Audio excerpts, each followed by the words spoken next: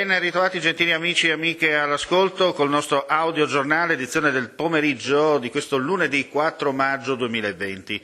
Le forze dell'ordine hanno controllato 2.418 persone, delle quali ne sono state sanzionate 78 e denunciate 48, ma per reati diversi da quelli relativi al decreto. Sono stati inoltre controllati 411 attività o esercizi commerciali, nessuno di questi è stato sanzionato o chiuso. Più gente in strada, a passeggio lungo le rive cittadine e a Barcola, lungo il luogo prediletto dei triestini in tempi normali per prendere la tintarella, per fare jogging o un giro in bici. Nel giorno della ripartenza Trieste si rianima, aumentano gradualmente le presenze sui mezzi pubblici. In stazione centrale questa mattina il flusso di passeggeri è in crescita, ma la situazione resta sotto controllo e non si registrano ritardi nei collegamenti ferroviari o assembramenti. A vigilare sono le forze dell'ordine e volontari di Vigili del Fuoco e Carabinieri, coordinati dalla Protezione Civile regionale, che forniscono supporto a viaggiatori e pendolari. Su alcuni convogli sono stati segnalati i posti a sedere non utilizzabili. Ancora non operativi i collegamenti Freccia e Intercity, mentre la frequenza programmata per i treni regionali è stata potenziata fino al 60%. Sotto controllo anche il trasporto pubblico urbano. Da questa mattina poche persone sui mezzi, in media circa una decina, che viaggiano a regime ridotto e al 50% della loro capienza, 20 posti a sedere.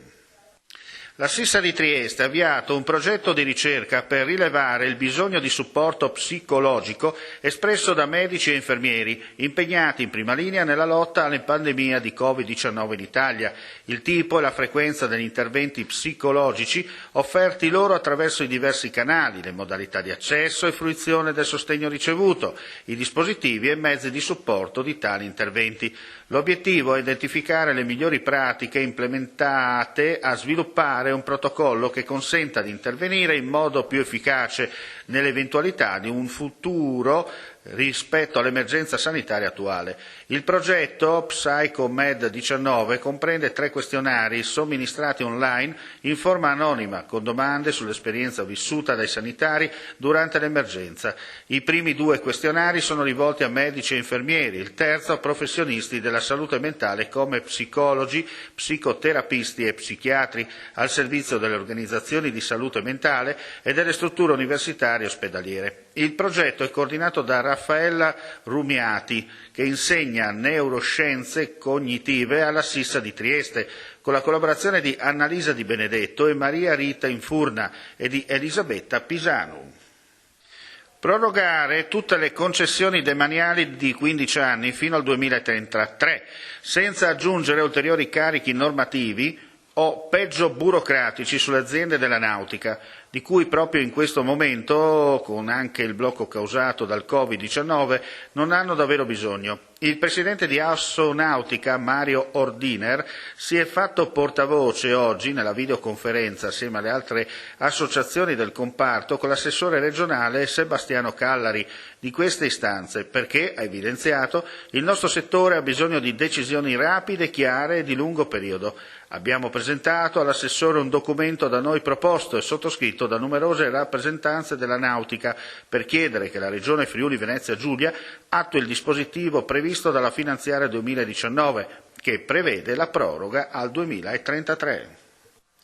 Ritorna ad alzare la testa il comitato spontaneo Salviamo Viale Venezia contro le rotonde, una delle quali è già in realizzazione. Nella missiva inviata al sindaco di Udine, Pietro Fontanini, agli assessori di competenza, ai consiglieri comunali e alla soprintendenza del Friuli Venezia Giulia, il comitato rileva come Viale Venezia, inserita nel piano urbano del traffico del comune di Udine, come strada interquartiere non possa essere trasformata in una strada a scorrimento veloce, scenario che si verificherebbe con le 3 rotonde in una strada breve.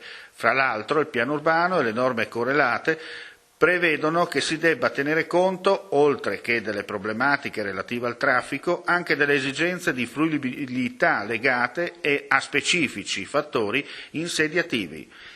E con questa notizia chiudiamo qui la pagina informativa dedicata al Friuli Venezia Giulia. Come sempre vi diamo appuntamento poco dopo la mezzanotte per l'edizione del 5 maggio. Grazie ancora per l'ascolto e alla prossima.